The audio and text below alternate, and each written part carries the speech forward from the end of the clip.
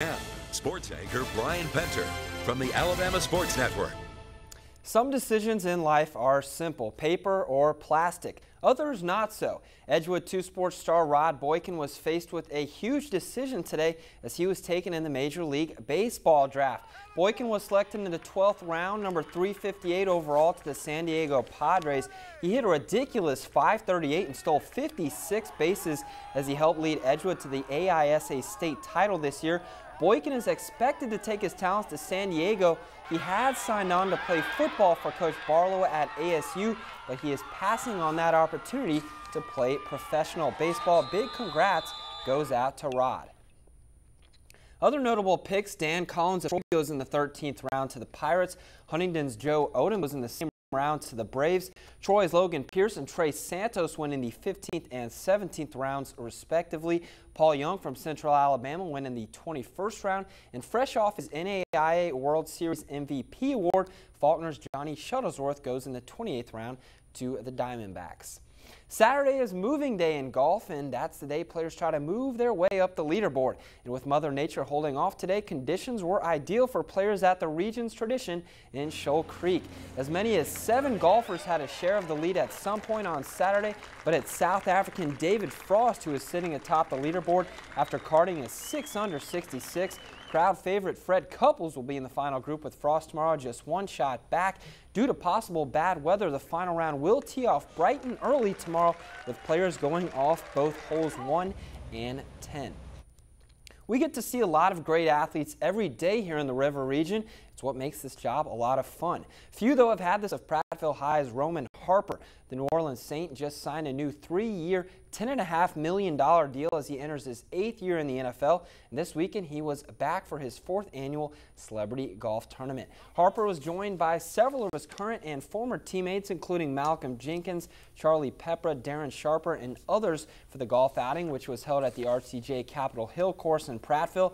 The proceeds from the tournament go to Harper's charity, Harper's Hope, which provides educational programs for youth. The tournament provides a great chance to relax and have fun, and most importantly, give back. Every year it seems like it's bigger and better. I can't believe it's been 4 years, and it's kind of like my career, I guess. It's just kind of just going by, easing by. Nobody's really paying attention, and now you look up and you get 4 or 5 years into this thing, and a little bit better than it was the first year, and more people out. We're starting to get the timing of it, and it's really been a great turnout. Roman has done a great job since he started his foundation of giving back not only to his hometown of Prattville, but also New Orleans and other places that he might visit.